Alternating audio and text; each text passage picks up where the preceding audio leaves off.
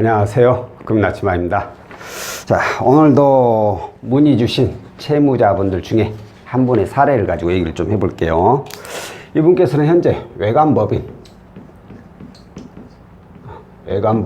기업체에서 근무하시는 직장인입니다. 직장. 물론 4대 보험 되시고 재직기간이 약 2년 정도 근무하고 계시고 연봉이 4,200만원 정도 되시는 분입니다. 이분께서 가지고 있는 대출 내역을 보면 햇살론 15 있죠? 햇살론 15로 시중은행에 729만원이 있고, 그리고 근로자 햇살론으로 저축은행에가 총공 50만원이 있고, 그 다음 또 다른 저축은행에 2,610만원, 또 다른 저축은행에 185만원, 그리고 카드론 한 곳에 973만원, 또 다른 카드론에 311만원, 그리고 현금 서비스로 250만원, 이렇게 대출을 이용하고 있어요. 총합해서 6,108만원 정도, 대략 이 정도 금액의 채무를 가지고 있습니다. 외관법인이면 회사도 나쁘지 않고 2년 정도 근무했고 연봉이 4,200인데 대출 내용을 보면 처참합니다. 그 이유가 뭐냐? 은행 대출이 하나도 없어요. 은행 대출. 뭐야, 이거 은행 대출 맞잖아. 하지만 솔직히 햇살론 15는 이자가 15%대. 이거 은행 대출이라고 보기는 어렵죠. 그래서 이건 거의 1금융권이긴 하지만 은행 대출 취급하지 않을 정도 이자가 높으니까 이건 제해버리면 시중은행에서 대출받은 게 전혀 없이 죄다 2금융권, 그나마 이자 낮은 게 햇살론, 근로자 햇살론, 나머지 다 이자 높은 것들만 이렇게 이용을 하고 있어요. 이분이 문의 주신 내용이 이제 뻔하죠. 보면 얘네들 하나로 묶어서 좀 통합하고 싶다, 저금리로 대안하고 싶다, 바로 이거예요. 자, 이걸 통합하면서 저금리로 대안할 수 있는 상품이 뭐가 있어요? 딱 하나죠. 바로 통대안을 이용하는 수밖에 없어요. 이런 것들. 기존에 있는 걸 무조건 전액 다 상환을 해버리고, 이거는 무조건 볼 것도 없죠. 다 상환을 해버리고 신용 점수를 올려서 다시 은행에서부터 대출을 차근차근 받는 거죠. 그러면 연봉이 4,200인데 6,100만 원이 전부 다 은행으로 대안이 되느냐? 그건 어렵죠, 사실. 그건 안 되죠. 이거 된다고 하면 이거 거짓말이에요. 왜? 회사가 외관법인 직군이 나쁘진 않지만 아주 좋은 건 아니에요. 그리고 연봉이 4,200, 연봉의 150%. 요즘 어디 은행에서 150% 해줍니까? 말도 안 되죠.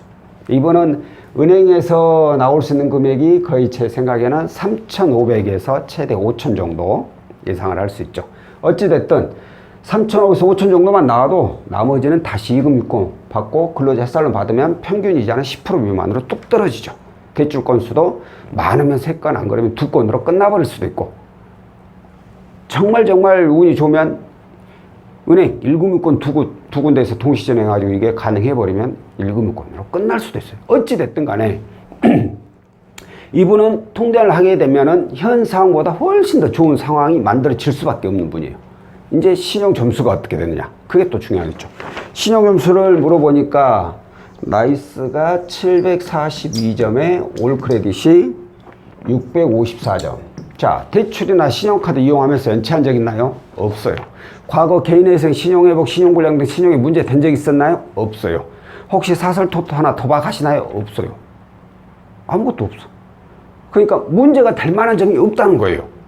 그러면 이분의 경우는 나이스 점수가 좀 낮긴 하지만 바로 이 내용 때문에 현금 서비스 이용하고 있고, 그 외에 하나, 둘, 셋, 넷, 5건, 이금융권만 5건 현금 서비스 제외하더라도, 이렇기 때문에 사실 나이스 점수가 많이 하락하게 된 거죠. 그러면 이분의 경우는 기존에 있는 걸 상환했을 경우에 신용점수가 많이 올라갈 확률이 굉장히 높죠. 그래서 이분은 통대안을 진행을 하기로 하고 나이스하고 올크레딧 내용을 다 확인을 해봤어요. 나이스 올크redit 내용 저희가 확인하는 이유가 단순히 신용점수 보려고 하는 거 아니에요. 이분의 그간의 금융거래 패턴들, 이런 것들, 여러 가지 것들을 확인하기 위해서 나이스하고 올크redit 내용을 봅니다. 나이스 올크redit 내용 보니까 괜찮아. 금융거래 패턴 좀 문제가 있어 보이긴 한데 일단은 가능성은 있어. 다만 살짝 걸리는 게 얘네들이 다 최근 1년 이내 대출이라는 거예요. 자, 최근 1년 이내 대출 받았다 해서 안 된다는 건 아니에요. 그런데 갑작스럽게 이렇게 많은 대출을 저 입장에서는 갸우뚱할 수밖에 없죠. 그래서 채무자한테 물어봤죠. 아니, 어떻게 갑자기 이렇게 많은 대출이 발생하게 됐나요? 했더니만 부모님 병원비로 이용을 했다고 하십니다. 이 얘기를 듣자마자 좀 느낌이 쎄했어요. 왜 쎄하냐? 조금 이따 말씀드릴게요. 아, 그래요? 그러면 다시 한번 여쭤볼게요. 과거 개인회생, 신용불량 등 신용에 문제된 적 있어요? 아니, 없어요. 사설토토나 도박한 적 있어요? 아니, 없어요. 알았습니다. 일단 나이스 올크redit 내용상으로는 가능성이 있어 보이니까 기본적인 서류 좀 보내주세요 해가지고 기본적인 서류 몇 가지, 납부, 득실, 그리고 원천, 그리고 통장 거래 내역. 오늘 왜 이렇게 삑삑 소리가 많이 나는데? 이상하네. 이것도 바꿀 때가 됐나? 자, 이거 딱 받아보고 나서 이분은 고객님 저희 쪽에서는 통대한 진행이 안 되겠습니다 하고 거절을 해버렸어요. 사실 이 서류에도 다 아무 문제가 없었어요. 납부, 득실, 원천 다 문제 없었어요. 통장 거래 내역도 사실 크게 상관없어요. 은행에서는 통장 거래 내역 이런 거 확인하는 거 아니니까.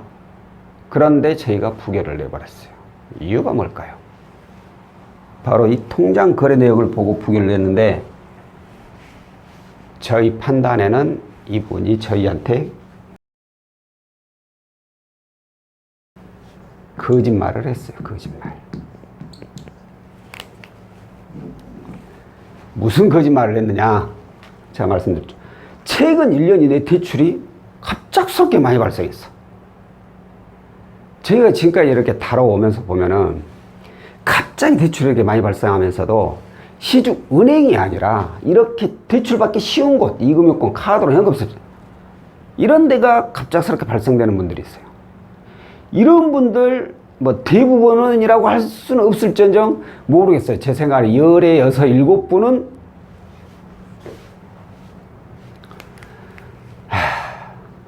도박입니다. 도박.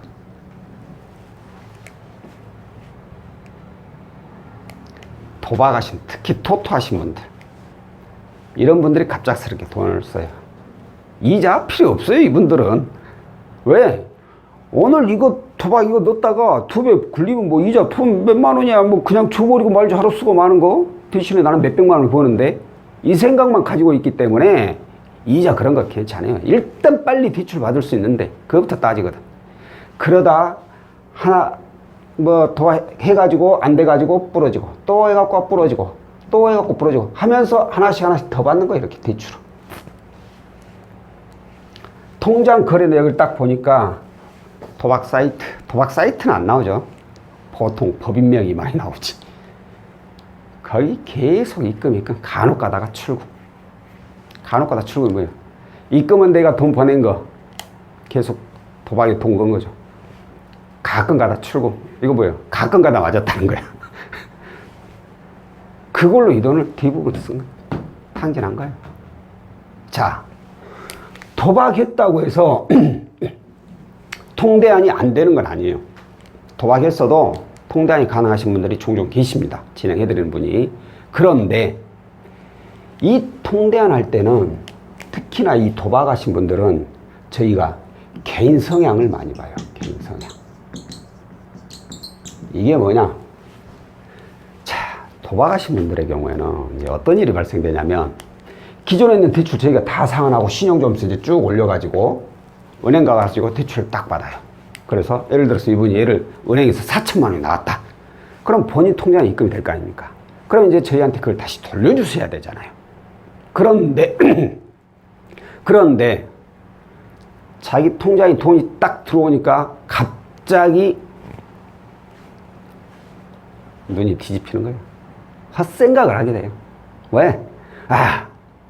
이 돈 가지고 이거 내가 오늘 정확한 소스 있어. 이거 투자하면 2배가 불려져. 그러면 나는 통장가 공짜로 했네. 수중에 돈도 생기고. 이 계산을 한단 말이야.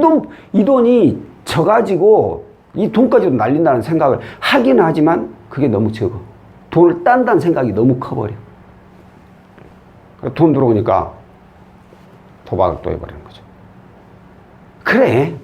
그래가지고 따면 진짜 다행이야, 진짜. 따면, 공짜로 해버린 거지, 완전히. 빚도 다 없어지면서 본인도 돈도 벌고. 그러면 그나마 괜찮아요, 그러면. 근데, 도박이 밀것이 도박이겠어요? 이거까지 빵 날려버린단 말이야. 그럼 이제 어떻게? 이 돈 어디서 대출받아? 제가 이금융권 가야 돼, 이금융권. 이금융권에서 다 안 나오면 그 다음은 대부업체 가는 거고. 이렇게 대출 받으면 나중에 이 사람 뭐라고 하냐? 자기가 도박에서 날렸다는 얘기는 안 해. 아이씨, 은행으로 해준다고 하더만 이금융권하고 대부업체로 해줬다. 이런 개소리 하는 거예요, 진짜. 물론 이런 분들이 거의 없어요. 많이는 없어요. 근데 있었어요. 그렇기 때문에 도박하신 분들에게는 개인 성향을 무지하게 중요시합니다. 아무리 이분이 지금 6,100억인데 연봉이 4,000억이잖아요. 예를 들어서 부채가 3천만 원 있다고 쳐요. 그럼 이건 은행 한 방으로 끝나버려. 최고 좋아. 뭐 직권도 애감이 아니라 공무원이라고 해요, 공무원. 그래도 개인 성향이 안 좋으면 안 해줘버려요. 왜? 이 통대화를 하는 업체에서는 내가 이 돈을 밀어줬을 때 이걸 받을 수 있는 확신이 100%가 서야 돼, 100%가. 99%만 생겨서도 안 돼. 그건 못 하는 거야. 근데 이 사람의 자격 조건은 다 아무 문제가 없는데 성향이 좀 거시기해. 중간중간에 거짓말 보태고 말투도 좀 껄렁껄렁하고 뭔가가 의심이 많고 그러면 안 해버려요. 이 사람은 나중에 돈 받을 때 문제가 발생할 수도 있겠다 판단하고 진행 안 해버려요. 이분은 통장 거래 내역 보내주고 나서 바로 땡. 그럼 도박 이력 있으신데요? 맞죠? 아니 그게요. 그냥 도박 이력이 있어서 안 됩니다. 그렇게 하고 마무리 치는 거예요. 더 이상 뭐 할 얘기도 없죠. 본인도 뭐 더 이상 뭐 해달라 어쩌다 그런 소리를 못 하죠. 거짓말 해버렸기 때문에. 그렇기 때문에 통대화는 절대로 속이려고 해서는 안 돼요. 저희가 지금까지 부결란, 통대화 이 진행하는 과정에서 부결난 경우가 간혹 있어요. 이런 기본적인 자격 조건들, 뭐 부채 내역, 연체 기록, 뭐 이렇게 납부독실 이런 거 서류상으로 신용정보상으로 확인되는 것들은 다 걸러내요. 뭐 눈으로 다 보이니까. 그런데 확인 안 되는 것들이 몇 가지가 있어요.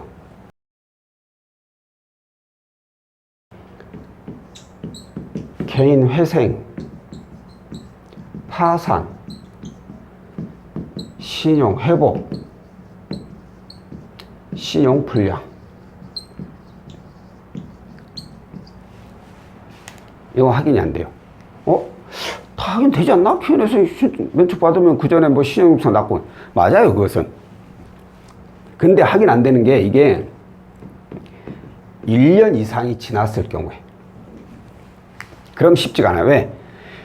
평균 연간 신용 점수가 1년 이내 것만 보이거든요. 그 전에는 안 보여. 그러다 보니까 1년 이내는 신용 점수가 별다르게 나쁘질 않아. 그러면 말을 해주지 않으면 모르는 거예요. 분명히 다 먼저 물어보거든요. 근데 본인이 이걸 만약에 나 그런 적 없어요 라고 했을 때 어떤 문제가 발생됐느냐. 다 1년 지나가지고 채무자가 그걸 속이고 저희도 그걸 캐치를 못했을 경우에, 자, 기존에 있는 거 다 상환했어. 신용점수 이렇게 올려가지고, 어디 은행에서 이분은 얼마 나오겠다, 어디 가나. 딱 계획을 세우고 해당 은행에 딱 보는데 부결. 이유가 없어. 이유가 내부 등급 부결, 내부 점수 미달, 이걸로 부결 나는 거야. 아무리 봐도 또 넣었다면 또 부결. 이게 도대체 뭐야 해서 추궁을 하고 파보니까 바로 이런 내용 중에 하나가 붙은 거예요. 자, 개인 회생 면책 다 받고 나면 모든 게 다 없어지잖아요. 더 이상 은행에다 갚을 필요도 없고 그대로 끝나는 거예요. 그럼 된 거 아니냐. 채무자 입장에서 이제 그럴 수 있는데, 중요한 게 이거예요. 예를 들어서 돈을 빌려줘-가지고 떼었어, 결국에. 법적으로는 이제 갚을 필요가 없어. 그러면 법적으로 갚을 필요가 없다고 해서 이 돈을 내가 빌려줬던 그 기억이, 이 기록이나 기억이 이것도 삭제가 되나요? 아니야. 그건 공공기록에서 삭제되는 거고, 내 자체적인 머릿속에는 그대로 기억이 남아있어. 근데 내 돈 빌려가지고 띠묵은 사람이 또 와가지고 또 돈 빌려주라게. 그럼 빌려주겠어요? 안 빌려주지, 절대. 그러니까 해당 은행에는 이 기록들이 남아있다는 거죠. 그럼 이건 누구 잘못이야? 전적으로 채무자 잘못이지. 채무자. 이걸 기억을 못한다, 잊어버렸다, 깜빡했다, 말도 안 되지. 이걸 어떻게 깜빡해. 인생 최악의 상황이었을 텐데, 이때가. 이게 다 거짓말이지. 그러면 결국에 어떻게 돼? 은행에서 얼마 받을 수 있다라는 계획이 싹 틀어지고 결국 은행에서 대출이 하나도 안 나오면 다 이금융권 대법으로 가야 돼. 이걸 누구 잘못이라고 할 거냐고. 응? 전적으로 채무자 잘못이지. 내가 있는 모든 것들을 거짓 없이 다 그대로 내보였는데, 근데 진짜 은행에서 뭔가가 안 나와. 뭔가가. 그랬을 경우는 해당 업체가 잘못한 거야, 그건. 업체가 제대로 판단을 못했으니까. 제대로 정보를 확인 못했고. 그런데 채무자가 뭔가를 숨겨가지고 대출이 안 나와버려. 이건 무조건 채무자 책임이죠. 그러니까 통대안 할 때는 통대안도 아니에요. 모든 대출 다 그래요. 뭐 일반 신용대출이고 뭐고 간에 저희 상담사들한테는 있는 그대로 100% 다 알려주셔야 돼요. 거짓말 뭐 보태려고도 하지 말고 빼려고도 하지 마세요. 있는 그대로 물어본 거에 대해서 솔직하게 그대로만 얘기 다 해주시면 돼. 그래야 거기에 따른 정확한 계산을 할 수가 있다는 거죠. 계획을 세우고 진행을 할 수 있는지 없는지 판단을 해드리는 거. 대부분 채무자들 제가 아무 말 않고 어떤 내용이라고 가만히 듣고만 있으면 무슨 말 하는지 알아요? 본인이 좋았던 얘기, 본인한테 도움되는 얘기, 본인이 잘난 얘기, 이것만 해요. 본인이 부족했고 잘못했고 이런 얘기는 안 합니다. 하더라도 살짝 내비쳤다가 쏙 들어가고. 그러니까 저는 고객한테 고객들이 말을 많이 하는 걸 저는 별로 안 좋아해요. 왜? 쓸데없는 걸 계속 붙여. 솔직히 아무 필요 없어. 내가 과거에는요, 얼마를 벌다가 이번에 어쩌게 그게 잘못돼가지고, 과거에? 나 우리 집 과거에 금송아지 100마리 있었어요. 다 날라가갖고 없지. 이런 거. 아우, 필요 없는 내용이야.